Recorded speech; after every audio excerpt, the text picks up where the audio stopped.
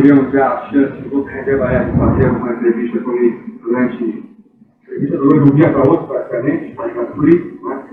Nós vamos interferir para que todos os aspectos importantes do próprio relato que tem a fazer com ele volta a vir a nessa reunião para observação. Então, eu gostaria que nisso, o senhor nos colocasse qual é a sua posição, o que fazia na época também de operação gráfica, antes de se envolver com esse tipo de projeto.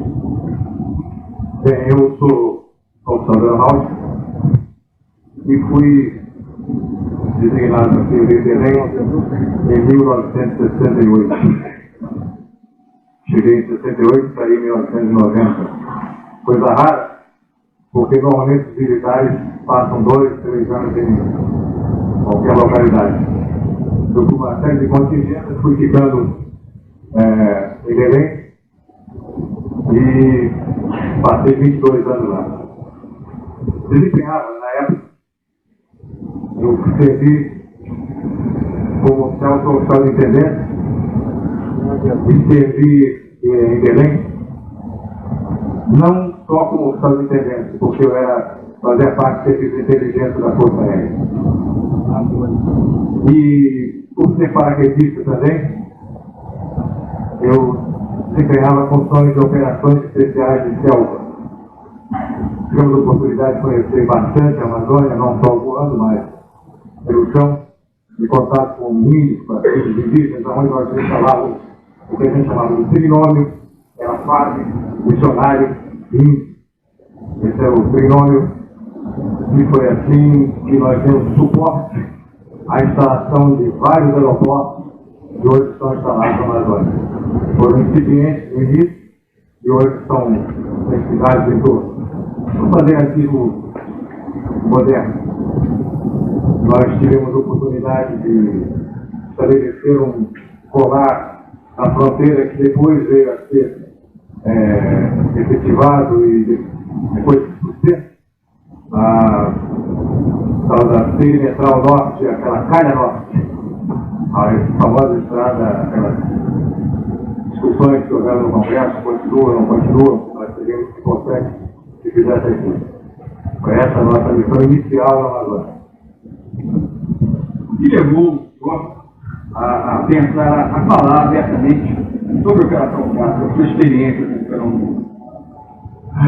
Bom, o fenômeno esse que nós estamos reportando ocorreu no ano de 1977, mais ou menos iniciando em agosto, setembro de 1977, ou 20 anos atrás.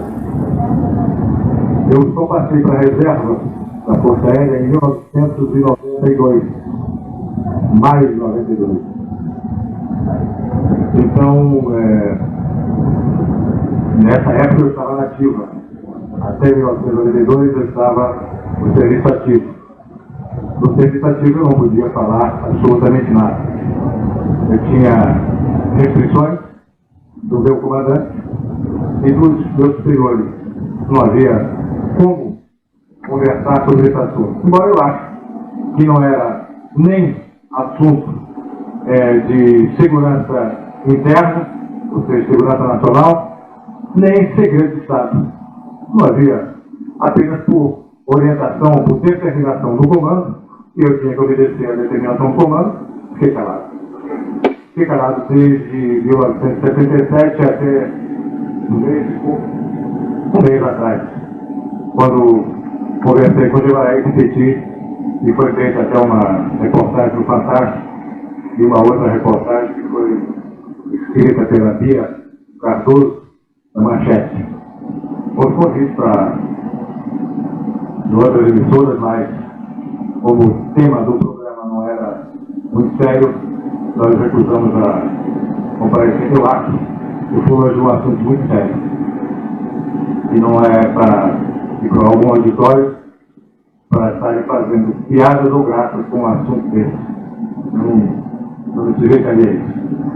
Mas o Fantástico é uma outra linha de programa e nós concordamos em conversar com ele, que acho que foi, de alguma forma, esclarecedora. O senhor tinha algum tipo de de tendência ou interesse pelo assunto? Hoje, antes da Operação Prato? Não, veja bem, quando começou a Operação Prato, na época da capitão, no início da Operação Prato eu não estava em Belém. Eu estava servindo em Belém, mas na época eu não estava em Belém. Eu estava fazendo um curso em Brasília. E tive, sim, acreditava em existência de civilizações de outros planetas, em disco voador, que a gente chama de disco voador. Mas até essa data, em Belém, eu não tive contato nenhum, a não ser quando eu tinha 12 ou 13 anos, tive avistamento, todo mundo na cidade viu. Tá? E, portanto, nessa época, quando começaram os acontecimentos, eu não estava em Belém. Eu vim ser surpreendido quando retornei a Belém, e me foi passada essa missão, como encargo, e eu fui obrigado a recebê-la. Como eram os fenômenos, que o senhor tragou contato no início, que motivaram a própria instauração da Operação Prato? Bom, mais tarde a gente vai explicar porque houve uma cobertura em faixa nessa região. Em Belém, próximo a Belém, é um município chamado Vigia. Ao qual pertence Colares, é uma ilha de água salgada próximo de Belém.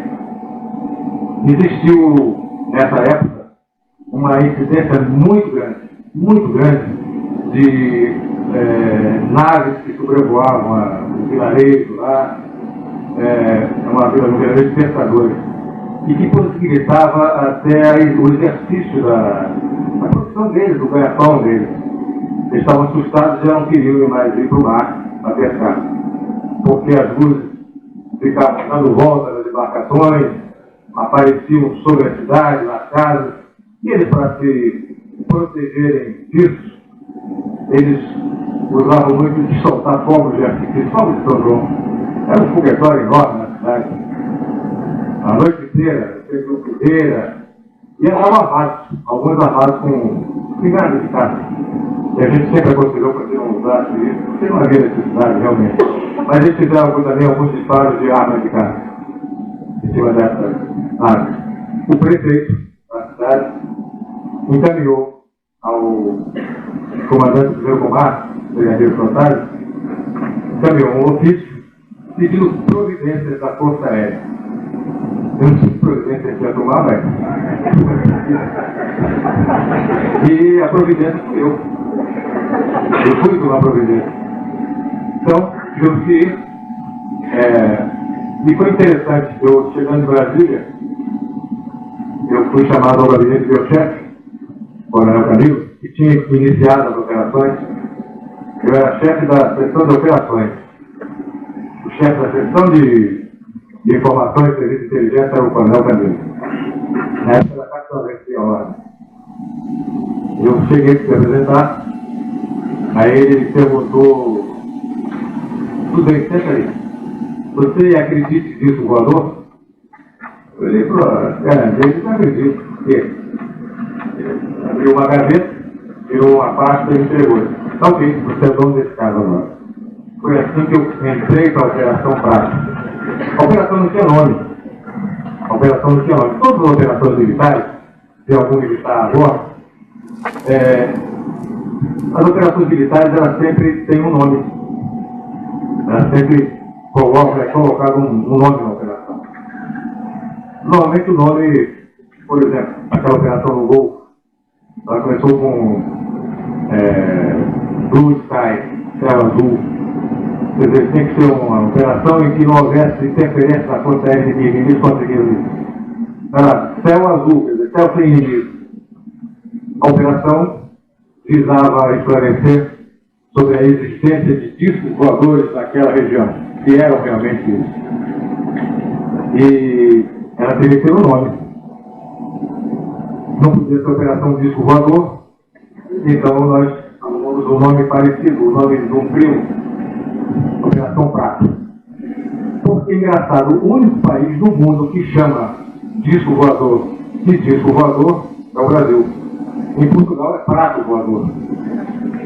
Na Espanha, nas línguas hispânicas, os países de língua hispânica, é platillo volante. Em espanhol, platillo volante. Em português, prato voador. No português brasileiro, no português do dialeto brasileiro, é que nós chamamos de disco voador. O próprio americano é flying saucer, o francês é soucoupe volante, e nós somos os diferentes. Chamamos de disco voador, que eu acho mais apropriado. Então foi chamada essa operação de Operação Prato.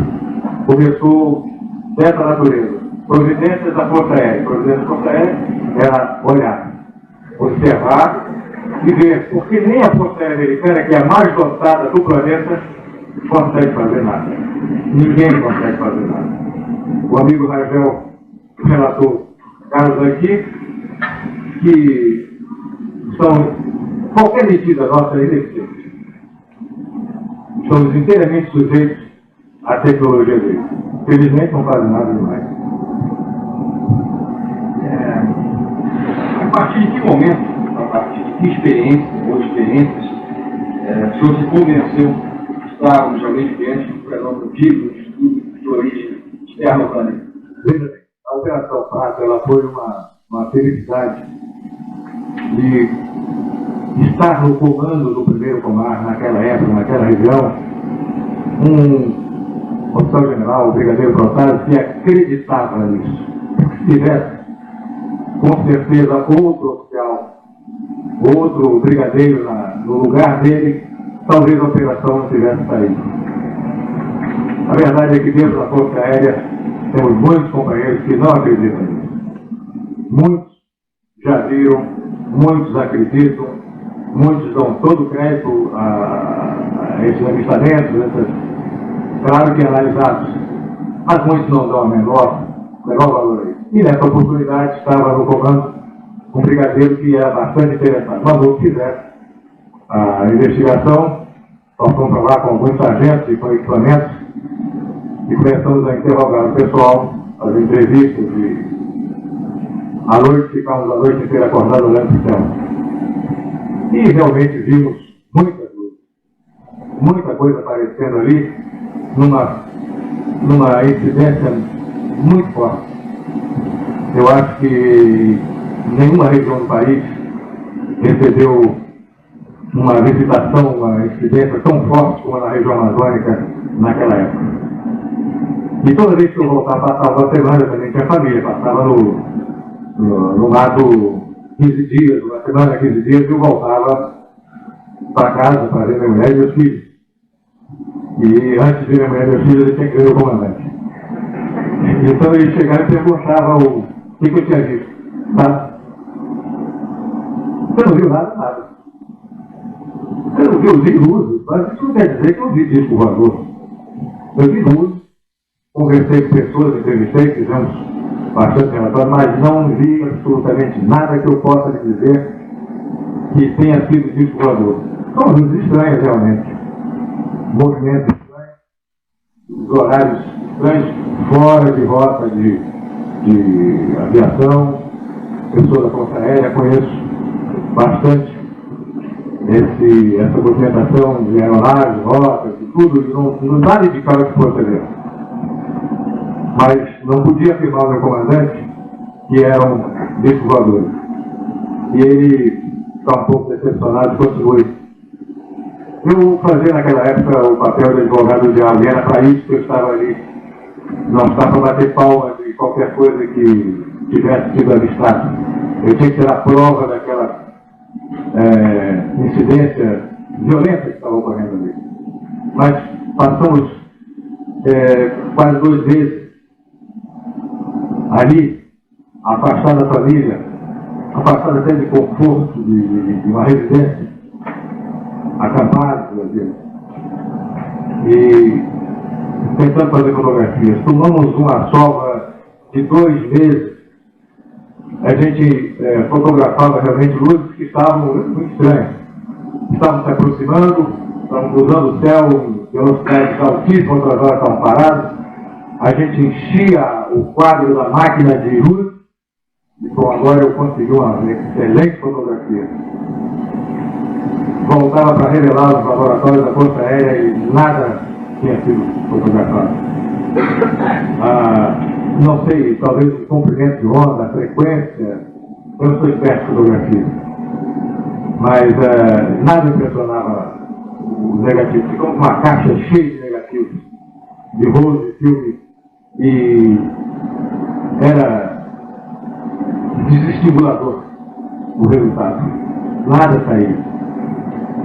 Até que nós pedimos autorização do comandante para que um cinegrafista da TV Liberal, que é associada à Globo, TV Liberal do Pará, que era expert nisso, e que ele fosse nos ajudar. Eu tinha confiança nessa pessoa, Milton Mendonça, já é falecido, porque o Milton Mendonça era meu amigo e meu irmão de maçonaria. Nós éramos da mesma loja.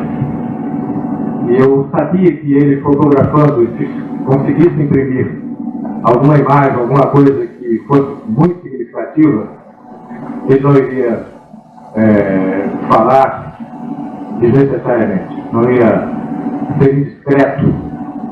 Porque o que eu estava vendo, com certeza a população toda estava vendo. Mas o que a gente visse e fotografasse é sofrer uma análise, ia sofrer um tratamento técnico. E eu tinha certeza que Milton não iria ser indiscreto. Foi autorizada a presença dele junto à equipe. Não era que ele estivesse todo dia conosco, mas quando ele podia, ele estava sempre, porque estava liberado para fazer a ajuda técnica que nós precisávamos. Eu sempre conversava com os sargentos e eles diziam, eles conversaram antes de mim com o coronel. Eu entrei 15 dias depois. Certo que eu fiquei 4 meses junto com eles, fazendo essas investigações. Mas eles perguntavam, o senhor não acredita? Não. O que o senhor quer? O senhor não viu a luz? Eu disse, mas aquilo é disco voador? Não, aquilo para mim é uma luz. Agora, de que natureza é, eu não sei. Ele disse, o senhor não está querendo que essa luz venha na sua direção, na nossa direção, e faça uma volta em cima do senhor. Eu disse, seria ótimo que isso ocorresse, porque já era mais um argumento. Mas eu não, até agora não tenho certeza de que seja realmente disco voador. Por coincidência ou não, um dia nós estávamos em Colares, numa madrugada, saía do Marajó para o continente, uma luz muito forte, veio se aproximando da gente. Quando chegou exatamente onde nós estávamos, essa luz veio e fez uma volta em torno de nós. Eu levei uma tremenda de uma gozada do sargento. E agora, cara? Ele disse, esse negócio fez uma volta aqui em torno da gente, mas eu não sei o que é isso. Eu não sei exatamente se isso é disco voador. Ele falou, o senhor também está querendo demais. Agora que ele desembarca, por favor, eu assisto no Flávio colocar. Desembarque, venha cumprimentar e dar autógrafo. Ele disse, não, o Flávio, é o nome do sargento. A minha morreu. Ele disse, não, Flávio, mas eu preciso de dados. Afinal de contas, isso é uma investigação que foi determinada pelo comandante do primeiro comando. Essa é uma investigação da Força Aérea. Isso não é uma reportagem. Essa investigação, ela tem que sofrer um tratamento técnico. Ela deverá receber um tratamento mais apurado. E eu não posso assinar um relatório desse, dizendo que essa luz é disco voador. Eu não faria isso nunca. Uma oportunidade, como a gente trabalhava no serviço de inteligência, claro que a gente tinha contato com os companheiros do Exército, da mesma comunidade, com os companheiros do Exército, da Marinha e do SNI. Era a chamada Comunidade de Informações. E os companheiros do SNI pediram se poderiam ir conosco a uma dessas vigílias, uma dessas pesquisas que nós fazíamos. Não havia nada demais, porque o que eu estava vendo, a população toda estava vendo. Se eles pudessem estar conosco, é porque eram amigos nossos, que nós nos conhecíamos. E, ademais, não era nem foi nunca assunto de interesse do SNI. Era assunto mais ligado à Força Aérea. Coisas do ar, com a Força Aérea do mar, com a Marinha e de terra, com o Exército, cada macaco no seu galho. E o SNI não tinha nada a ver com isso, mas como eram companheiros e poderiam estar conosco nos locais que a gente, por experiência, por estar vendo aquilo todo dia, já tinha uma noção mais aproximada de onde a incidência era maior, portanto a probabilidade maior seria que ocorresse nesse eixo, e a gente estava naquela posição quase sempre. Eles estiveram lá. Isso era, 2 meses depois, era novembro de 77, perto do Natal. Meus filhos queriam uma árvore de Natal pequena. Eu tinha uma grande casa, mas queriam uma pequena para eles. E eu teria que comprar essa árvore. E o supermercado ficava aberto até 10 horas da noite. Eu, num dia, matei com eles, olha, estarei na Baía do Sol, já não é mais Nicolai, era a Baía do Sol. Estarei na Baía do Sol amanhã, às 6 horas da tarde. Se vocês quiserem, encontrem lá, nos encontrem lá na pracinha. A pracinha Baía do Sol é um distrito da Ilha do Mosqueiro, que é o subdistrito de Belém. Entendeu? É um negócio pequeniníssimo. Mas eles sabiam onde era. Então, às 6 horas, eu estava lá, nós montamos todo o equipamento, fotográfico, máquinas filmadoras, e ficamos observando o céu. Realmente, às 6 horas, mais ou menos, 6h30, de oeste para leste, ou seja, da Cordilheira dos Andes para o Atlântico, muito alto, mesmo a grande velocidade. Uma velocidade muito grande. Deslocaram 3 luzes enfileiradas, uma atrás da outra, em altíssima velocidade, cruzando o céu. Nenhum avião conhecido, nem militar, teria conseguido cobrir aquela distância com a velocidade que estava sendo coberta. Uma velocidade muito grande. Nós não conseguimos registrar fotograficamente, devido à altura, mas sempre notávamos direção, velocidade, horário, essas coisas que eram necessárias para o preenchimento do relatório. Aproximadamente às 7 horas, ou seja, meia hora depois, 2 naves vieram do sentido Bahia do Marajó para o continente, ou seja, de norte para o sul. Triângulo da Bermuda, Brasília. 2 luzes, altíssima velocidade e uma altura muito grande. Na mesma situação das outras 3, meia hora depois, 2 de norte para o sul. Esperamos mais um pouco e os amigos do SNI não chegaram. Como eu tinha um horário marcado com meus filhos para dar a eles a árvore de Natal que eles queriam, eu dei ordem à equipe para que começasse a desmontar os equipamentos. Eram equipamentos delicados e a gente transportava em caixas de alumínio. Depois vamos desmontar estereoobjetivas, filmadoras, tudo que nós transportávamos e que utilizávamos, e colocar dentro da viatura, dentro do carro. Esse lugar era um lugar muito escuro e muito pouco povoado. E nós estávamos na beira da praia. É um barranco. Essa praça ficava num barranco. E já estava na época assim de vestibular. O pessoal já tinha terminado as aulas, já estava terminando as aulas no colégio. E essa ilha é uma ilha de veraneio de Belém, quem conhece. Belém, Ilha Mosqueiro, uma ilha famosa. E para ela se dirigem os habitantes de Belém, porque Belém não tem praia. Então a praia de Belém é Mosqueiro, Mosqueiro e Salinas.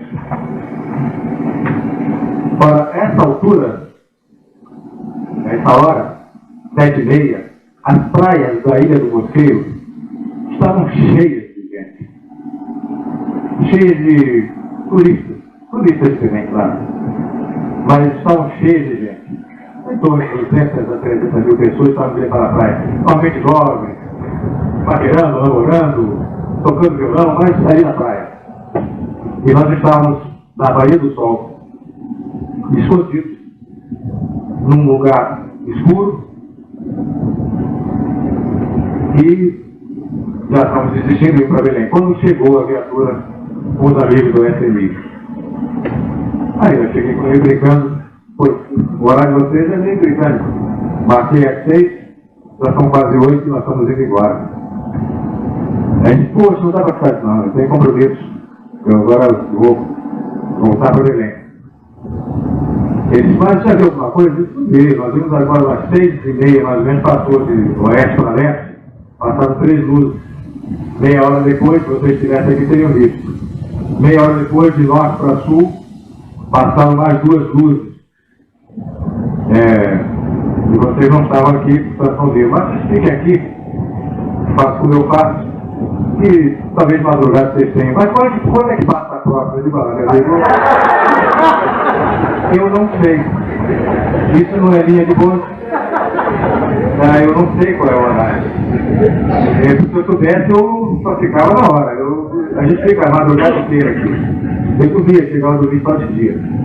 Algumas vezes. Passamos noites e noites olhando para o céu. Eu disse, olha muito para o céu, cresce ruga no nariz. Eu não cresci.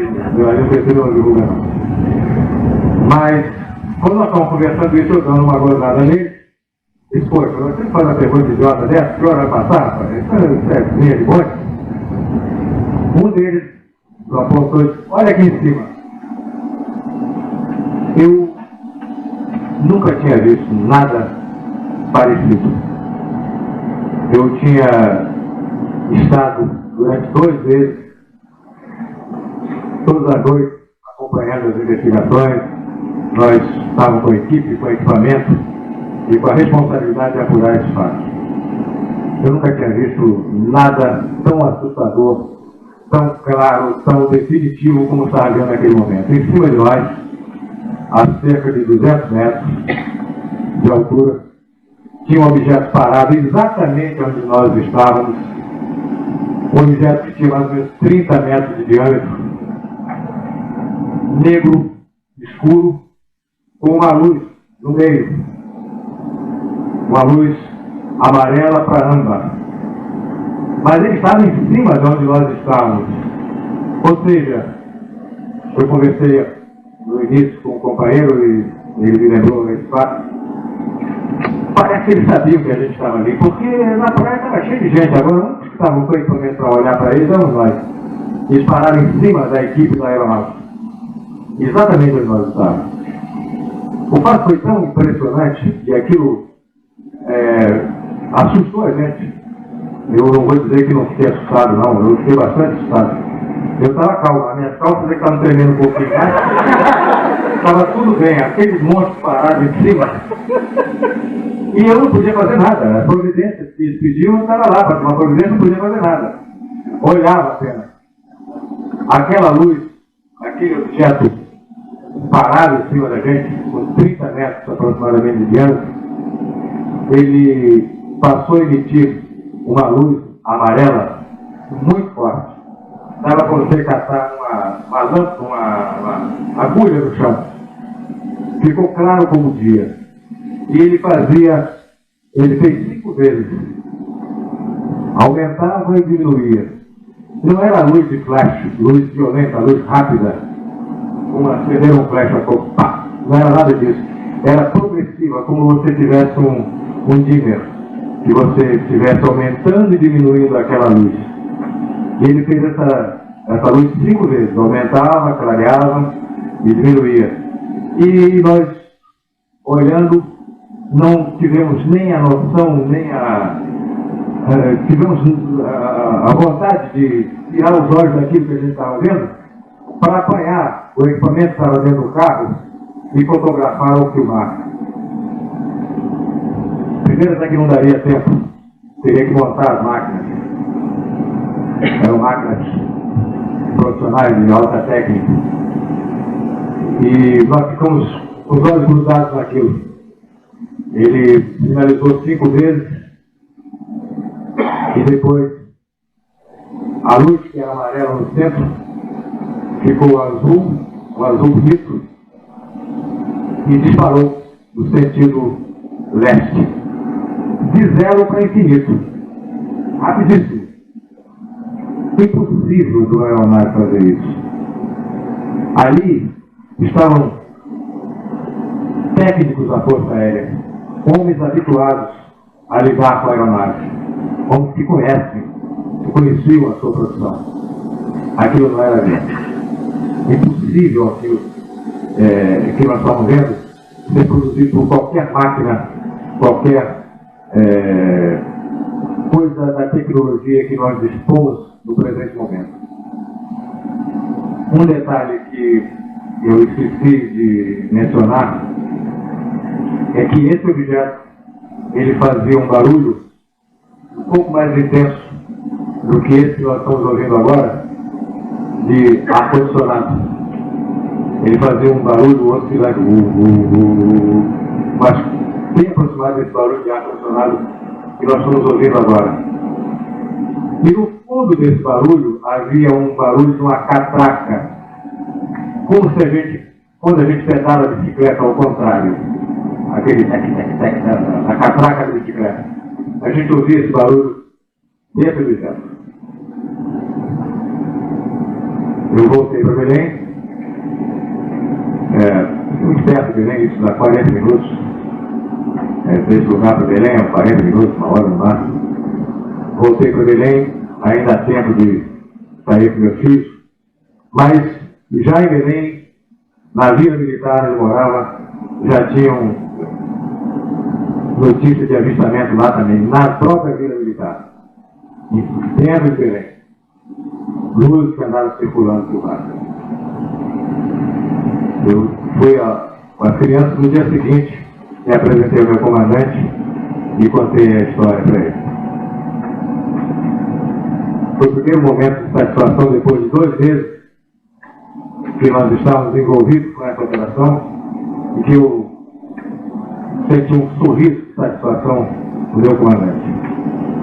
O que significava para ele de que ele estava certo, de que as próprias críticas que ele estava recebendo e que com certeza eu não sabia, eu era capitão, ele era brigadeiro, havia uma distância muito grande de comunicação. Mas ele devia sofrer muitas críticas por ter determinado que aquela operação fosse efetuada. E quando eu disse a ele o que nós tínhamos experimentado, o que nós tínhamos vivido naquela noite anterior, ele reagiu com um sorriso de enorme satisfação. E se você viu isso, Orlando, fotografou esse comandante, não deu. Eu acho que ninguém ali. E por acaso, nesse dia estava o Nilton Mendonça, que era cinegrafista profissional. Ninguém ali teve nenhuma reação a não ser ficar com os olhos grudados naquilo que nós nunca tínhamos visto nos 2 meses que nós estávamos acordados olhando para o céu. As luzes pequenininhas já não eram tão pequenas. Era uma coisa muito grande em cima da gente e que valeu a pena todos esses 2 meses de sucesso. A gente teve certeza de que a gente estava fazendo alguma coisa que marcaria na memória da gente, pro resto da vida, um evento muito bonito. muito bonito mesmo. Eu me considero feliz por ter estado naquela região, naquele momento, e ter sido designado pelo meu comandante para comandar essa operação nessa oportunidade. Depois tivemos mais 2 meses de outras campanhas no mesmo sentido. Eu gostaria que você contasse agora aqueles outros 2 casos importantes que seguiram aí. Bem, nós tivemos entrevistando várias pessoas na região. De dia, os sargentos saíam colhendo depoimentos, gravando, e a gente tinha sempre contato, às vezes, quando o helicóptero passava, apanhava material fotográfico, levavam eles eram processados, e a gente dava continuidade ao relatório. Às vezes de dia, uma comunicação rádio com a sede, mas a gente sempre na busca de outros elementos. E depois desse avistamento, a gente ficou com mais gás, como dizem normalmente. Um oficial que não estava envolvido com essa operação, ele gostava de pescar nos fins de semana. Em uma dessas pescarias, próximo de Belém, ele tinha entrado em contato com um rapaz que relatou ele uma história muito interessante. Esse rapaz chamava-se Luiz.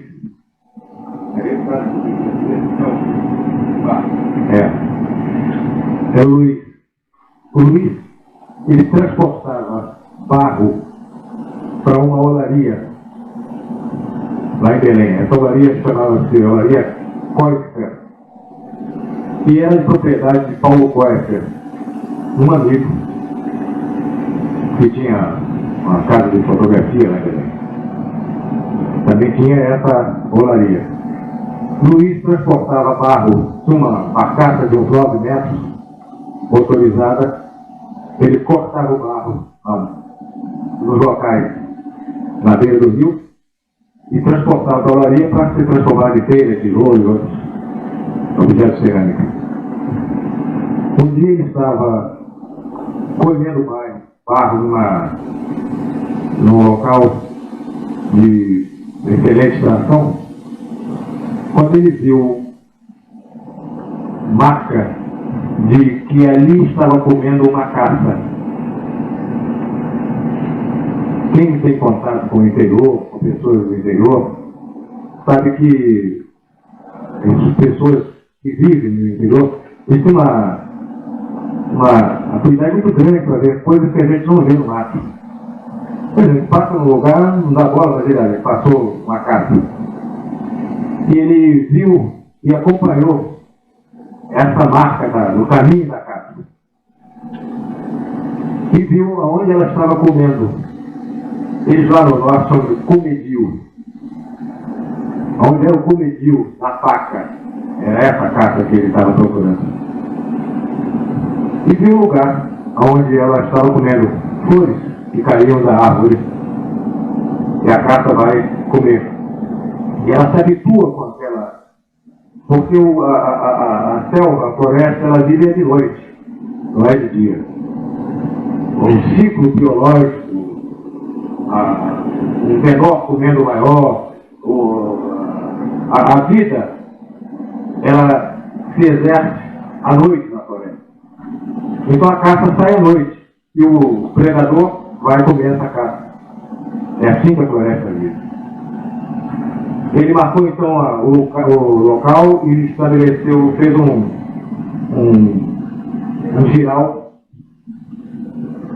que lá eles chamam de mutá, é um termo indígena, para ficar lá em cima à noite, com uma espingarda e uma lanterna, para quando a caça chegar, e ele ouvisse o barulho da caça, ele focava e atirava. Ele marcou o local, voltou com o barro deixou na olaria e retornou com essa embarcação vazia para o local onde ele pretendia matar essa vaca. Era um rio principal, chamado Rio Guajará. E tinha um rio que funcionava como um afluente desse rio principal. Na margem deste rio é que ele extraiu o barro que viu a casa, o lugar da casa. Ele foi e deixou a embarcação nesse rio mais volumoso, porque os rios na foz do Amazonas, aí naquela região de Belém, Macapá, lá do outro lado aí do Marajó, eles sofrem muito a influência da maré. Então a maré lá sobe muito, até 6 metros. O rio agora está cheio, daqui a pouco é uma valinha. Os rios principais, a calha maior, não. Ela enche muito, mas continua na vazante, ela continua com bastante água. Mas os rios, alguns, ficam só apenas um pequeno córrego. O resto é o canal, a calha dele é lama. E ele, com medo dessa embarcação ficar encalhada e não poder sair na hora que tivesse abatido a caça, ele deixou a embarcação no Rio Guajará. É esse rio mais grosso, mais onde fica, na borda do qual fica a olaria. Ele foi para a posição lá na árvore, botou a rede e ficou esperando que a caça chegasse, com a sua espingarda e a sua lanterna. Eram mais ou menos 7h30 da noite, quando uma luz muito forte passou por cima de onde o Luiz estava. Ela passou por cima dele, suponhamos que ele estivesse a árvore por de copo. Ela passou por cima dele e voltou imediatamente, como sabendo que ele estava lá. É muito difícil isso. Vocês não conhecem a região amazônica, talvez? É muito difícil identificar uma pessoa dentro da floresta. Muito difícil. É impossível. De avião é impossível. Mas ele sabia que o Luiz estava lá. Não sei como. Eles fizeram a volta, o Luiz viu. Lá, sentado lá na rede dele, viu que a luz passou, fez a volta e parou em cima dele. Ele ficou olhando aquela luz muito forte em cima de onde ele estava. Imediatamente, assim, não era muito alto não. No máximo uns 10 metros acima dele. O dobro, talvez, disso aqui. O Luiz ficou olhando, intrigado, e ficou mais intrigado ainda quando essa luz, que era uma nave, abriu o fundo, e do fundo dessa nave, uma luz, um tubo de luz veio na direção dele. E dentro desse tubo de luz desceu um ser de cerca de 1,60 m, 1,50 m. Diz ele que está vestido de escuro, preto. Mas eu duvido dessa cor. Qualquer cor que ele estivesse vestido, amarelo, vermelho, azul, verde, seria preto. Porque era ausência de luz. Ele desceu em cima do Luiz, com os braços abertos, e não veio que eu perguntei ao Luiz, escada, alguma porta, alguma coisa? Não, ele veio de braços abertos, descendo por dentro desse tubo de luz, em cima de mim. Nessa altura, o nosso herói brasileiro pulou fora. Pulou da árvore onde ele estava. Se escondeu embaixo e ficou com o ramo de árvore, de folha, olhando o que aquele cara estava fazendo ali. Esse baixinho, o cara que saiu lá, veio, posou lá na plataforma que ele tinha feito ali, e com uma luz vermelha na mão, na palma da mão tinha uma luz vermelha, examinou detidamente a rede onde ele estivera há poucos segundos antes. Ele, com muito medo, muito nervoso, ficou olhando. Ele olhou, examinou a área onde ele tinha estado, giral que ele tinha preparado. E também não procurou o Luiz, não. Ele focou em cima do Luiz. Ele sabia onde o Luiz estava. Ele não foi com a lanternazinha vermelha na mão procurar o Luiz. Ele focou em cima do Luiz. O herói brasileiro foi para dentro da lama. Saiu correndo. Com medo. Eu também teria corrido. Essa criatura subiu por esse tubo de luz, foi para a nave fechou e entrou na calha deste rio pequeno atrás do Luiz. Eu tenho a impressão que o Luiz com medo botava o coração para dentro e ia pela boca. E ele saía tropeçando pelas raízes do mangal, ali naquela lama, e querendo chegar, ele estava dentro do rio. E algumas árvores se encontravam em cima. Ele estava abaixo da copa das árvores. Ele estava na calha do rio. Essa nave estava na calha do rio, atrás do Luiz. E o Luiz fazia o que podia para livrar.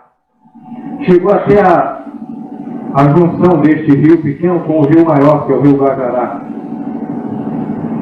E gritava para os companheiros. Tinha ficado na embarcação um outro companheiro e um menino de 9 anos de idade. Esse garoto já deve estar de 77 para cá, já deve estar com 29 anos de idade, já deve ter quase neto. E tinha um garoto de 9 anos de idade, uma criança. Um colega dele, um amigo dele, que estava na embarcação neste bote, estava ouvindo o jogo do Campeonato Brasileiro. Estava passando algum jogo dentro dele, ele estava ouvindo. E o garoto estava pescando siri. Brincando, pescar siri. Ali dá muito peixe, muito siri.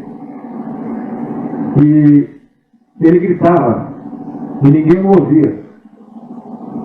Ele chegou perto, e o garoto estava pescando, porque o outro estava com o raio do ouvido, não ouvia. O garoto viu, aí avisou o outro companheiro, e disse, era o Luiz aí. O Luiz chegou e disse, olha aí atrás, os caras viram. Quando os caras viram, o Luiz queria ir para a embarcação, para dali ir embora. Os caras que estavam na embarcação pularam para dentro da água. E o Luiz ficou a ver navio. Definitivamente. Ele voltou para o mato. E ficou olhando o que acontecia. Os dois dentro d'água nadando para outra margem. A nave parou em cima desse batelão. Esse baixinho desceu, ao tubo de luz se projetou de novo, a nave abriu o fundo, ele desceu, conforme ele tinha visto em cima dele, lá dentro do mato, desceu em cima da embarcação e com a mesma luz vermelha, não era o bandido da luz vermelha não, ele examinava a embarcação, examinou toda a embarcação, olhou, e o Luiz do Mato vendo que estava ocorrendo. Logo depois, aí já não mais o só, os três viram. Ele subiu com a nave e foi embora. E a nave foi embora. Alta velocidade. O Luiz, depois de algum sacrifício, conseguiu rever a tripulação, entrar no barco e voltaram para ali, jurando que nunca mais voltavam a esse lugar. Como esse capitão que gostava de pescar tinha conversado com eles, ouvindo essa história, ele foi e me contou. Holanda, aconteceu isso, assim, em tal lugar. Eu sei que você está investigando isso. Eu acho que isso é de alguma ajuda para você, se você estiver interessado. Claro que sou. Vou mandar alguém agora procurar o Luiz lá na olaria. Ele imediatamente foi mandado uma diligência para a olaria. E essa diligência trouxe o diligência não é do Flamengo, não é um carro com um agente de serviço que vai lá buscar. Ele foi lá e trouxe o Luiz, muito assustado. O Luiz muito assustado. Nós conversamos com ele anotamos o que tínhamos que anotar, procuramos extrair dele o que podíamos extrair, e o Luiz, logo em seguida, foi encaminhado ao Hospital da Aeronáutica para conversar com o psiquiatra. Nós tínhamos que ter cuidado com quem nós estávamos conversando. Ele foi entrevistado, conversou com esse psiquiatra e depois o doutor conversou comigo e disse: absolutamente normal, nada demais. As reações, os testes que eu fiz, perfeitamente normal. E a história dele parece verdadeira. Disse: então vamos em frente. Voltei com o Luiz para o quartel-general. Disse: Luiz, hoje à noite nós vamos lá. Luiz, eu mostro o senhor onde é que é, mas não volto lá não.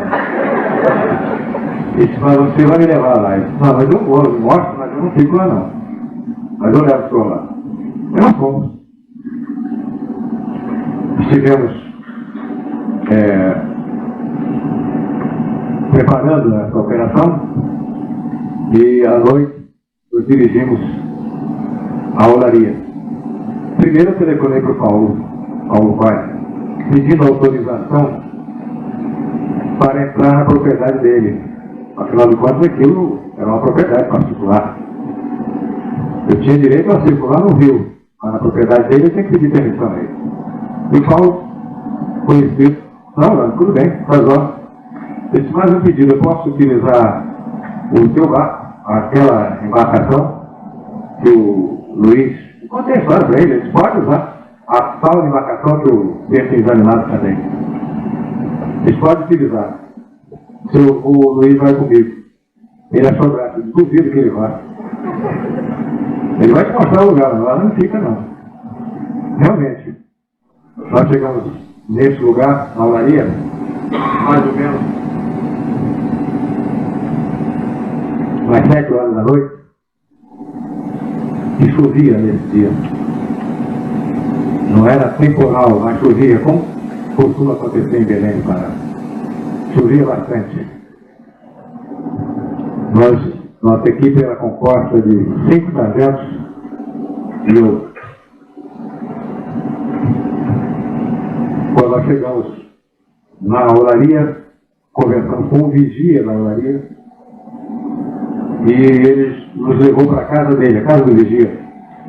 Era uma casa que ficava na beira do rio, ao lado do pavilhão da olaria.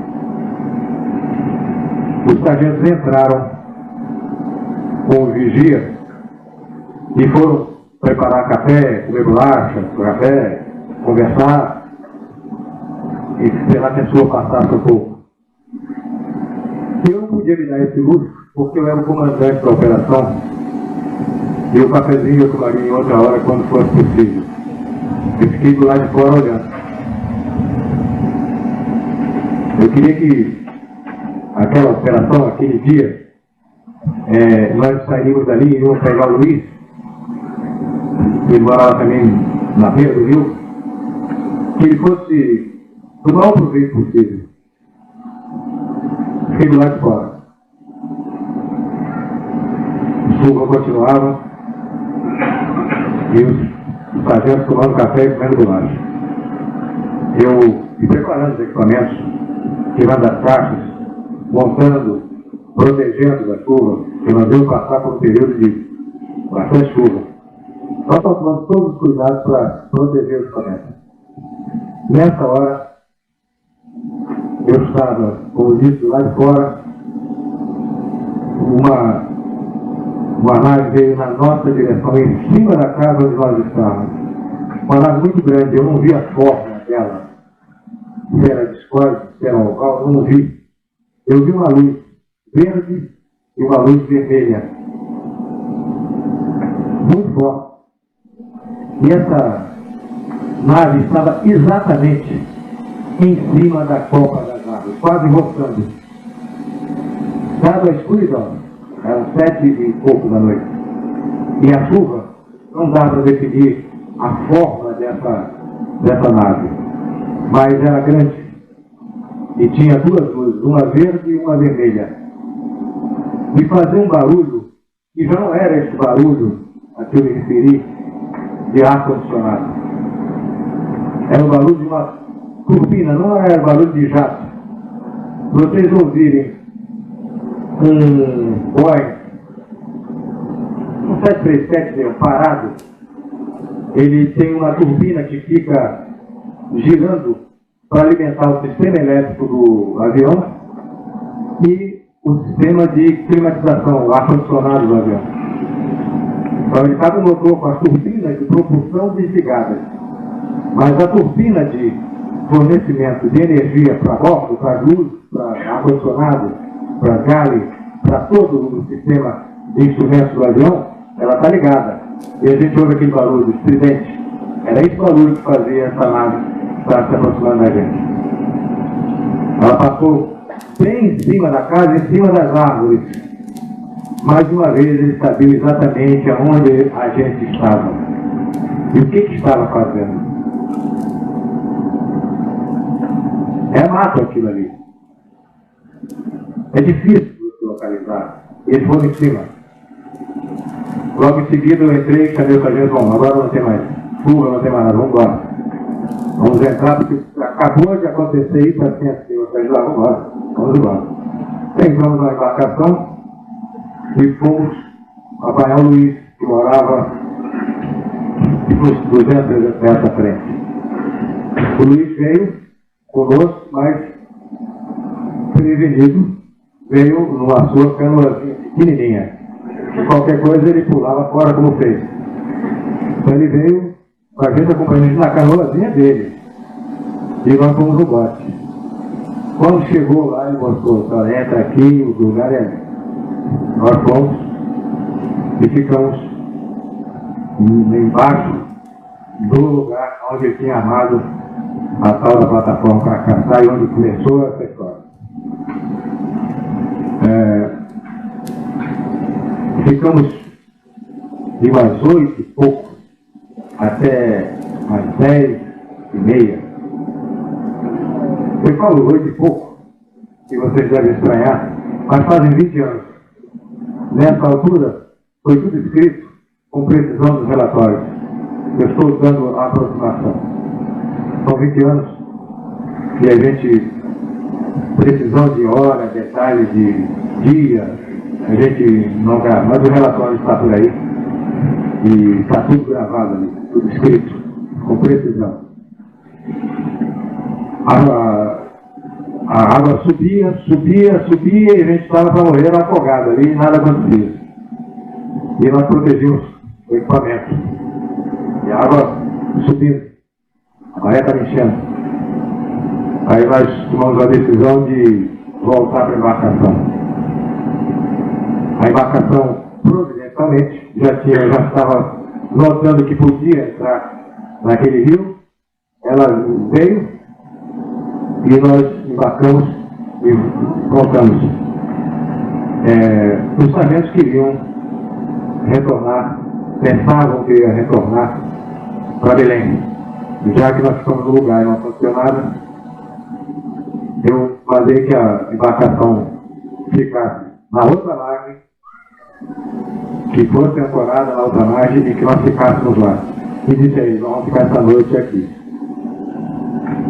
Então os sargentos reclamaram um bocado. Pô, não temos nem café, não temos nada, a gente não sabia que ia ficar essa noite aqui. Não, vamos ficar a noite aqui. Eu talvez se não fosse aquela incidência da primeira nave que veio em cima da casa do vigia, eu talvez tivesse voltado para Belém. Mas aquilo me deixou bastante intrigado. Eu resolvi ficar. Aí, em torno de umas 11 horas da noite, o sargento estava conversando embaixo, a embarcação estava na tolda da embarcação, em pé. Estava observando o céu. Ele podia se distrair, eu não podia. Eu observei que o rio afunila. Quando você está numa posição, ele vai afunilando Lá no fim, próximo da olaria, nós estamos a 2.000 metros de distância da olaria. Lá na olaria, aonde passou a primeira nave, uma luz muito forte, um sol amarelo, âmbar, mas uma luz muito forte. Ela vinha cruzando o rio na direção da Baía do Sol para a olaria, Baía do Marajó para a olaria. Eu chamei a atenção dos sargentos, olha lá, e eles passaram a fotografar e a filmar. Nessa vez nós conseguimos filmar. Nessa vez nós conseguimos fotografar. Aquela luz passou baixo e ficou a filha dela, aquela marca dela no rio. Aquela luz vinha até a gente no rio. Como a gente viu uma luz do outro lado, a Baía do navio, com aquela luz vem até próximo da gente. Isso acontecia com aquela luz. Nós marcamos tudo que era necessário, direção, horário, intensidade, tudo que podia ser de validade para o relatório. E ficamos mais animados. Em torno de meia-noite, os sargentos não podiam ficar o tempo todo olhando com ele. Só conversa, mal para o cigarro. O Luiz disse então que ia fazer um café, buscar café na casa dele. E saiu na embarcaçãozinha dele para apanhar o café. Nessa hora, cruzou por cima da gente, veio na direção, eu estou olhando para o início do rio. Da minha esquerda para a direita, ou seja, da Baía do Marajó para o continente, uma luz muito forte, uma luz amarela, âmbar, muito forte, e veio se aproximando. A gente, quando estava na beira do rio, até se distraiu um pouquinho, porque tinha uns macacos que ficavam pulando naqueles lugares lá, brincando, comendo alguma fruta, alguma coisa lá, e assustado talvez com a nossa presença ali, e a gente até brincava, distraindo os macacos, estavam mexendo nas árvores ali. Aí eu chamei o sargento, olha pra cá, e pensava que era aquela história de algum macaco, alguma coisa lá. Aí o cara, quando eles olharam, uma luz muito forte se aproximando. Eles pegaram os equipamentos e ficaram prontos para fotografar o que viesse ali. Quando chegou na borda da margem do rio onde nós estávamos, aquela luz âmbar muito forte e muito grande. Quando eu falo grande, é muito grande mesmo, uma coisa imensa. Ela apagou, imediatamente. Imediatamente ela apagou. E nós vimos o que era o núcleo daquela luz âmbar, que eu nunca tinha visto. Que nós, nesses meses todos de pesquisa, nós nunca tínhamos visto. Era uma forma parecida com a bola de futebol americana, aquela bola que tem 2 picos. Bola de futebol americana. Era uma forma daquela. Era um zeppelin, como um zeppelin. Âmbar e translúcido. Não era metálico. Não dava aspecto metálico. É como se tivesse um abajur com uma luz amarela dentro. E cheio de janelinha. Não deu para contar quantas janelinhas, mas muitas janelinhas. Passando a baixíssima velocidade, exatamente em cima de onde estava ancorada a embarcação, com todo o pessoal da FAB dentro. E essa nave, passando baixo, ela estava a uns 150 metros de altura. Estava mais baixo do que aquela aparição que eu falei para vocês na Baía do Sol. Ela estava em cima da gente, uma coisa muito grande. Para vocês terem uma noção, um Boeing 737, ele mede 737-200, ele mede 52 56 metros de comprimento. Ele tinha o tamanho de 2 boines daqui. Ou seja, em torno de 100 metros de comprimento. É uma coisa muito grande, flutuando em cima de você, cheio de janelinha, e com um barulho desse, e com aquela catraca no meio. Não sei o que é aquilo, mas fazia esse barulhozinho. Tivemos tempo de fotografar, de filmar. Mandei até que o sargento, era um japonês que estava operando a filmadora, ele parasse de acionar o mecanismo da filmadora, porque eu não queria estar iludido se seria o barulho da filmadora operando ou seria o barulho da nave. Ele parou de operar a filmadora. Silêncio absoluto, e o barulho continuava e a catraca continuava naquele fundo daquele barulho. E aquela coisa passou e foi na direção da outra margem do rio e desapareceu. E eu falei para o sargento, agora mesmo é que eu não vou embora. Agora nós vamos ficar esperando o café do Luiz. Se não levaram o Luiz, porque o Luiz tinha subido atrás de uma ilha. Mas, felizmente, em torno de 1h da manhã, o Luiz chegou e trouxe o café que a gente tanto estava querendo. Pão antes de ontem, mas era pão. E nós nos distraímos com aquilo ali. Às 2h da manhã, 1h40, na margem oposta do rio, eu estava sempre voltado para a direção da olaria. Na margem oposta do rio, lá no início, lá da olaria, veio uma luz. Isso era 1h40 da manhã. Veio uma luz, muito forte também, já não era âmbar. Essa luz era uma luz azul, um azul muito bonito. Às vezes a gente vê a prefeitura, uma empreiteira da prefeitura, fazendo serviço de solda na rua, aquele brilho de solda, é aquilo. A gente tem a necessidade. Só que essa luz, nossa, da empreiteira, que fica com a solda elétrica, ela ofende a vista da gente. Você não consegue firmar a vista muito tempo naquilo ali. Machuca a vista. E essa não. Você podia ver continuadamente, podia fixar que ela não te incomodava. Era muito bonito, mas não incomodava, muito brilhante, mas você ficava vendo confortavelmente. Não havia nenhum desconforto você olhar aquela luz. Ela veio acompanhando o rio. Quando chegou na direção aproximada da ilha, essa luz entrou na direção de Belém, na direção do continente. Mas sempre baixinho, em cima das árvores. Aquele sol azul enorme.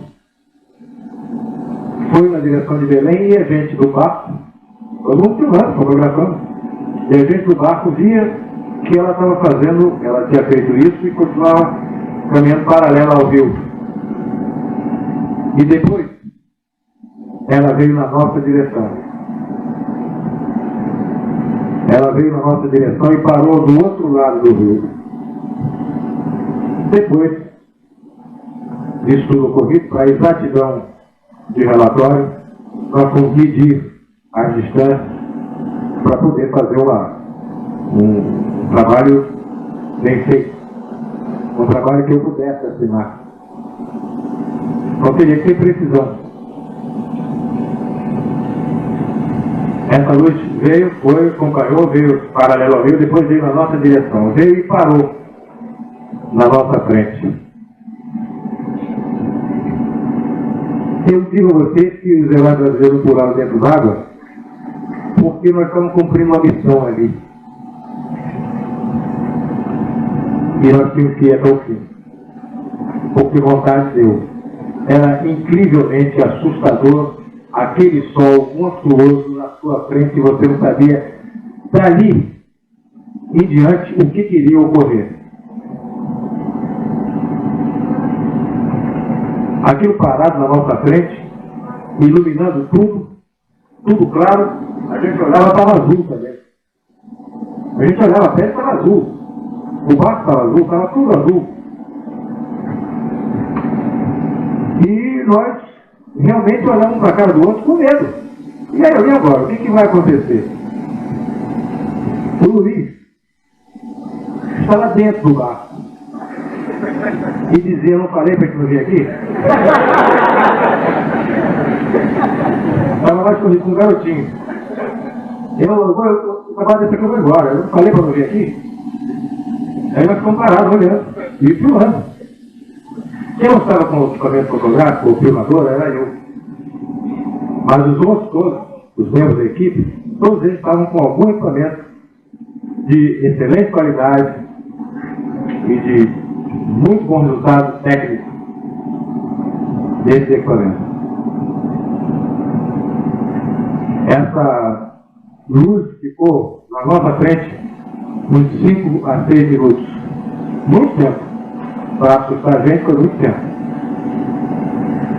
De repente a luz parou. Acabou. E nós vimos de novo a nave que eu falei que tinha a forma da bola de futebol americano, passou assim. Essa estava, quando apagou a luz, ela estava na nossa frente assim, em pé. E tinha 100 metros de altura, mais ou menos. Um monstro desse. Quando você tem uma ideia, você está a 70 metros de edifício de 30 andares. Eram 2 banhos emendados em pé na frente da gente. A fotografação continuou filmando. Anda. Continuamos filmando, fotografando e vendo aquilo. E depois que ele apagou, não demorou muito. Ele começou a subir, lentamente. Como isso que eu vou fazer aqui agora. Nessa velocidade. Devagarinho. Subindo devagar. E a gente olhando. E aquele monstro subindo. E foi subindo. E foi ganhando um pouco mais de velocidade. Quando ele estava em torno de 1.000 a 1.500 metros de altura, o teto estava a 1.500 metros de altura. Teto é a altura da mais baixa nuvem. É termo de aviação. Então as nuvens mais baixas estavam a 1.500 metros. Quando ele chegou na altura do teto das nuvens, ele passou por essas nuvens. Tá? E nós ouvimos um estrondo muito alto, um trovão surdo e um clarão enorme no céu. Aí ele tinha acionado os seus propulsores e disparou com uma velocidade vertiginosa para o céu e desapareceu. Quando estava subindo, na ponta tinha uma luz vermelha, na ponta de cima. Lá de baixo, uma luz verde, que ficavam piscando. Luz vermelha e luz verde. E aquele monstro subindo. Quando chegou a 1.500 metros de altura, um estrondo, um barulho surdo. Não digo um barulho da explosão, um barulho surdo. Esquisito, um barulho, um trovão surdo, assim, não é um estalido. E uma claridade muito grande. E ele, dali para frente, a gente viu uma luz forte subindo. Vejam que não houve intenção nenhuma de prejudicar a qualquer um de nós. Teriam todas as condições. Mesmo no momento em que ele decolou, em que ele saiu da nossa proximidade, do chão onde estava, ele saiu com cuidado. Porque se acionasse os propulsores que acionou a 1.500 metros, com certeza tinha danificado a todos nós. Então eles tiveram cuidado.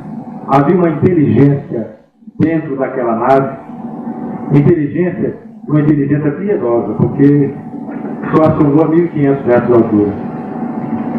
Esse fato foi fotografado, foi filmado, e no dia seguinte, no café da manhã, eu estava no quartel-general e o brigadeiro na mesa do comando chegou: que tal, Holanda?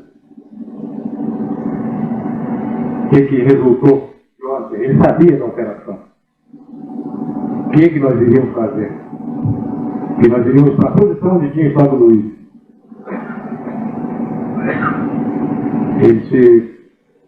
Aconteceram coisas incríveis que nós conseguimos registrar com fotografia e com filmes, filmadora, que tem o depoimento de todos que estavam na operação. São pessoas confiáveis, são pessoas que já trabalham há anos no serviço, e, portanto, não são pessoas de reputação duvidosa. Depois nós vamos conversar do meu comando. Beleza, realmente o café tinha muita gente. Os filhos foram revelados. A filmadora tinha imprimido uma imagem que nós não vimos. Essa nave estava em pé na nossa frente, nessa posição. Ela tinha uma porta aberta, porque depois do filme da filmadora revelado e dos filmes das máquinas fotográficas, eles coincidiam em algumas fotos com da filmadora. Ela foi feita a exposição, foi passada no auditório para os oficiais de alto nível, de major para cima, dos oficiais superiores, uma sessão especial para ver o resultado da operação. E foi feito isso para todos os oficiais do primeiro comando. De major a coronel assistiu. Foi passado no auditório como esse, e depois ficou passado o que se chama de step by step, passo a passo, pé a pé, quadro a quadro. E nós tínhamos muito medo de fazer esse tipo de exposição, de projeção, com medo de queimar a imagem. Realmente, depois um coronel, que era comandante do esquadrão de reconhecimento e ataque, ele interessadíssimo nisso, pediu para ele levar para casa, ele conseguiu queimar, conseguiu a paciente queimar 2 quadros, mas os outros ficaram indênicos. Nesses quadros a quadro que nós passamos, havia uma porta em cima, na ponta, na extremidade superior da nave, uma porta aberta e uma luz, um foco que se dirigia para a nossa direção. Então, nós não vimos isso. Isso foi a filmadora que revelou isso para nós. Nós não vimos luz nenhuma vindo na nossa direção. Nós vimos aquela nave, nós vimos a primeira, aquela brilho, depois o brilho apagou, aquela nave imensa na nossa frente, mas não vimos nenhum foco de luz na nossa direção. E no filme existe esse raio projetado na direção da embarcação de nós estamos. Esses filmes foram revelados, já lhes falei. Um filme era da aeronáutica. 3 filmes eram meus. Esses filmes foram guardados, foram confiscados pela aeronáutica. Até hoje eu vou ver o meu filme, porque depois essa operação ela terminou no final do ano, foram 4 meses. Ela terminou no sentido de dia a dia, de colocar vários militares, bastante equipamento, bastante empenho, dia a dia durante 4 meses. Foi a operação mais longa que foi feita, que eu saiba, em cima desse objetivo. E com resultados muito bons. Essa operação depois ela continuou, mas episodicamente. Fatos que iam acontecendo e que a gente ia resgatar a verdade disso. E o que eu falei para vocês no início da nossa conversa é que a gente notou que estava sendo coberta aquela região amazônica por faixas. Começou no Maranhão, na Ilha dos Caranguejos, que depois eu vim saber e mandei investigar, e é verdade, esse fato foi muito investigado por um amigo meu e da Irene, o Bob Pratt, e foi você que indicou o problema da Crab Island para o Bob Pratt. Certo? O Bob Pratt fez um excelente trabalho, e aí nós ficamos sabendo que começou isso por Fortaleza, muito rapidamente, depois passou pelo Maranhão, depois, quem tem o mapa do Brasil na cabeça, naquela região amazônica, está entendendo bem essa cobertura. Fortaleza, Maranhão, aí aconteceu o Crab Island. Crab Island é porque foi escrito com um trabalho em inglês, e é Ilha dos Caranguejos. Houve morte lá. Houve morte. Com queimadura. Eu tenho atestado de óbito guardado na aeronáutica desse cidadão que morreu, desse pescador que morreu. Cobertura de faixa. Depois veio Belém, depois subiu região de Monte Alegre, Santarém, Itacoatiara, Manaus, e foi coberta a Amazônia toda durante cerca de 2 anos. Coberta em faixa.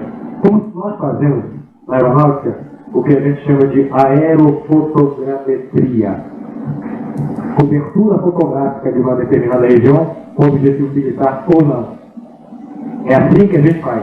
Nós, aqui, fazemos assim. Eles fizeram a mesma coisa. Ok? Coronel, quantas fotografias do Operação Prato conseguiu? Aproximadamente. Nós fizemos cerca de 400 a 500 fotografias. Dessas 400 ou 500 fotografias, nós conseguimos identificar várias formas de naves, várias formas de sondas.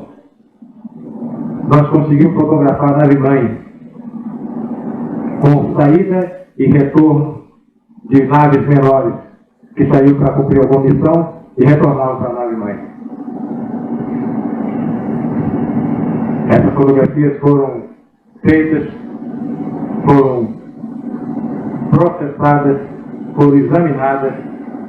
O relatório todo foi feito com bastante cuidado, e esse relatório foi enviado para a Aeronáutica, deve estar no Estado-Maior, e uma parte dele está em Belém, mas é inacessível. Ninguém poderá. O miolo dele, algumas partes foram tornadas públicas. E por isso eu estou conversando aqui. No início eu falei que 20 anos eu guardei segredo. O Gebaena até brinca comigo, você guardou segredo 20 anos, passou desaparecido 10. Não é. Eu saí de Belém em 1990. Vim para o Rio de Janeiro fazer uma obrigação militar minha, que era o curso de Estado-Maior, sem o qual a gente não está habilitado à promoção a brigadeiro. E eu tinha que fazer esse curso. Vim, terminei o curso em 90, e depois, logo em seguida, eu pedi minha passagem para a reserva, e fiquei, eu andei, aí fui fazer turismo, fiquei andando, voltei para Belém um tempo, Fortaleza, Natal, e voltei para o Rio de Janeiro. Eu não sou carioca. Minha mulher é carioca. Eu não sou carioca. Eu nasci, por acaso, em Manaus. Meu pai era militar. Eu fui criado em São Paulo e no Rio de Janeiro. Eu só voltei a Manaus em 1965, já com uma aspirante. Uma viagem que fizemos. Eu saí com 9 meses, só voltei depois de formar, já oficial. Eu fui criado aqui no Rio de Janeiro e em São Paulo. E Belém, como eu falei para vocês, voltei para servir, já era quase capitão. Então, aquela região, para mim, tem uma paixão muito grande, eu tenho uma paixão muito grande por aquela região. Fui muito feliz ali, tive uma felicidade muito grande de ter o Estado lá naquela ocasião, e que também o meu comandante acreditava nessas coisas. Isso tudo é questão de estar no lugar certo, na hora certa, com o homem certo. E isso aconteceu. Eu estou muito feliz por causa disso.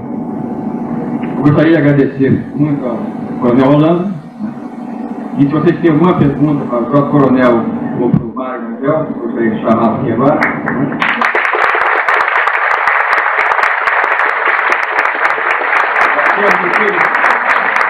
Eu quero, infelizmente, apenas 10 minutinhos.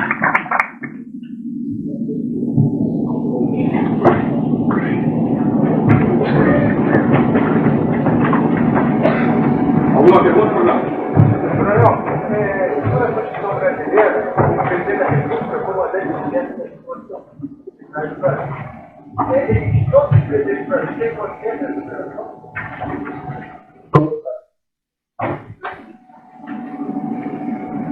Mais alguma? Vai lá, Fila. Como oficial de inteligência, qual é a sua explicação do segredo que é feito para o fenômeno nativa nosso mesmo interno ou isso é uma pressão externa estrangeira? Não, eu já me fizeram uma vez uma pergunta se nessa oportunidade houve alguma ingerência de alguma potência estrangeira com respeito às nossas investigações. Não. Houve apenas um contato fortuito de companheiros da Força Aérea Americana, mas apenas nós estamos conversando aqui. Tá? Mas por que há um resguardo desses assuntos? Veja bem, não sei se você assistiu uma entrevista que foi feita no Fantástico. Eu conversei muito mais do que saiu ali, porque aquilo é editado. Tá? Então veja bem, são perguntas que se faz para uma organização, para uma instituição de respeito, para um governo que tem responsabilidade nas suas respostas. Tá? E são 3 perguntas que fazem para os quais nenhum governo tem resposta. E fica difícil você dizer, aconteceu isso e tal, mas logo em seguida tem resposta. Quem são, da onde vêm e o que eles querem. Nenhum governo pode responder isso. O que está mais avançado, eu posso lhe garantir. O que está mais avançado, está mais perto dessa resposta, é o governo americano. E não fala. Alguma coisa, alguns oficiais já começam a dizer, alguns astronautas já reportam alguma coisa, alguns cientistas da NASA já chegam a fazer comentários, mas essas 3 respostas que são colocadas logo ao governo não são respondíveis. E fica muito difícil o governo admitir que não tem resposta. Eu mesmo estou dizendo a vocês aqui, porque hoje eu já me considero um cidadão comum. Eu não tenho mais as minhas obrigações militares. E depois, tenho as obrigações de sigilo de operações que envolviam a segurança do Estado. Essas eu não podia estar comentando com vocês. Mas essas operações, todos viram lá em Belém. Os repórteres fotográficos e jornais fotografaram em Belém. Então, passei 20 anos guardando segredo? Não. É que eu achei que eu estava até sendo egoísta. Eu estava emplanando o trabalho de uma pessoa que eu admiro muito, que é a Irene Greg. Repetir,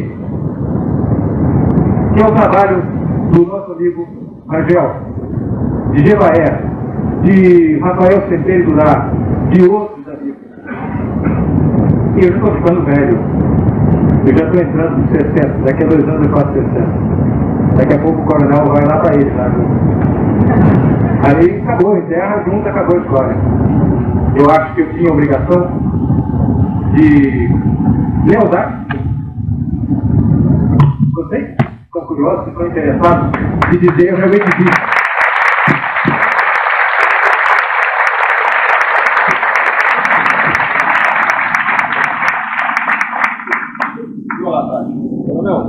Tendo o relatório, projetado os filmes, declarado as fotografias, qual foi a repercussão, qual foi a leitura que a aeronáutica fez disso?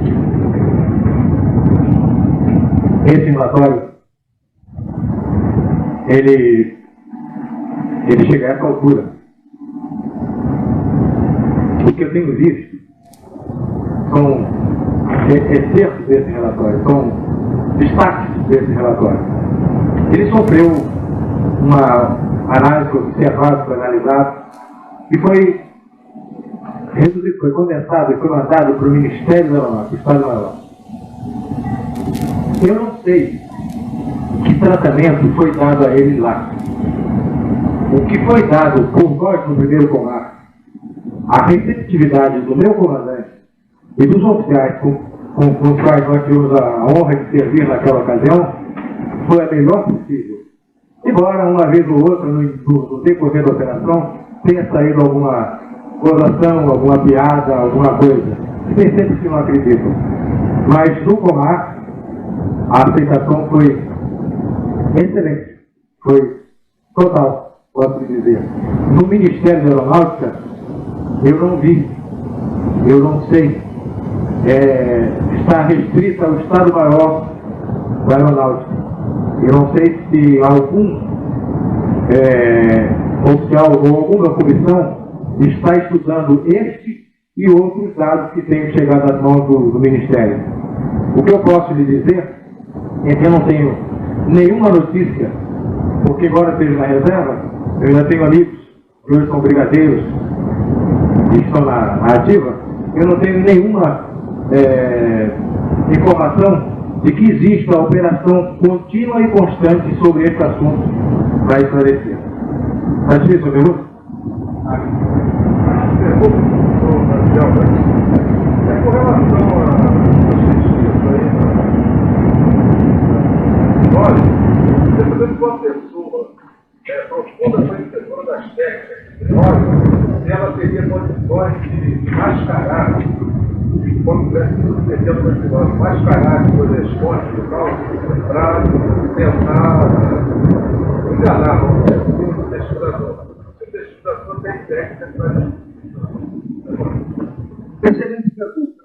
Esse é um dos grandes problemas da hipnose. É possível, é absolutamente possível, uma pessoa devidamente treinada mentir. É isso aí. Mesmo hipnotizado pode mentir. E por isso é que há uma séria restrição no aproveitamento da hipnose em assuntos legais. Então, por exemplo, há juízes que não aceitam o uso da hipnose num processo dependendo do caminho que vai tomar. Mas, de outra maneira, ainda tem ocorrido com muita frequência, ultimamente, a utilização da hipnose em sentido policial. Eu dou um exemplo. Há um grupo de pessoas num banco, o banco é assaltado. E os bandidos pegam o dinheiro, saem, pegam seus carros e saem com os automóveis. Você vai pegar diferentes pessoas e cada uma delas vai dar um depoimento diferente.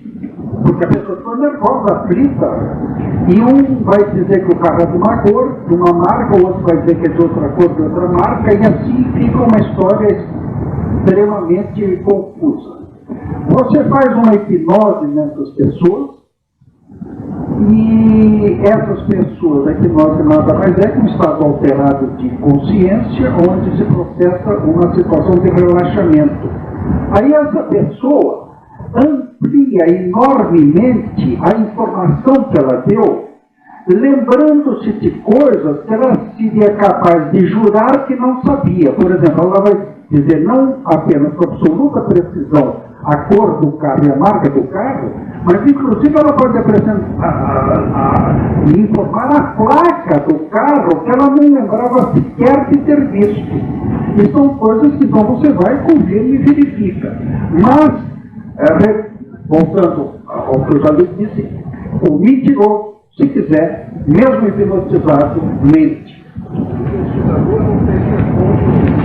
Não, é muito difícil. O indivíduo, o Dr. Max jura que nós tivemos uma pessoa dessa com a qual nós trabalhamos. Nós fizemos uma hipnose várias vezes num rapaz extremamente interessante, quando fizemos o consultório dele lá na casa, o Dr. Max, ele tem um consultório e atrás do consultório tem uma área grande, onde ele fez uma espécie de um auditório, onde ele reúne pessoas de alto nível para assistir alguns trabalhos. E foi lá um rapaz, cada vez que via lá o Dr. Max convidava várias pessoas para assistir, e no fim o Dr. Max jura que esse indivíduo mentia sobre hipnose, que ele armou uma situação. Eu não sei se o Dr. Max absolutamente sabe, mas ele jura que a pessoa mentiu. Porque ele foi fazer umas verificações depois e constatou coisas que não eram verdadeiras. Ele vai terminar. Infelizmente, eu queria que outras perguntas que já foram feitas agora, a gente tem um evento aqui em outro grupo logo depois. A gente tem que ocupar o auditório. Eu agradeço a presença de vocês, até a próxima. Obrigado. Eu lembro que quem tiver carro no estacionamento deve procurar sair logo para não ficar preso pelos carros quando está chegando. Obrigado.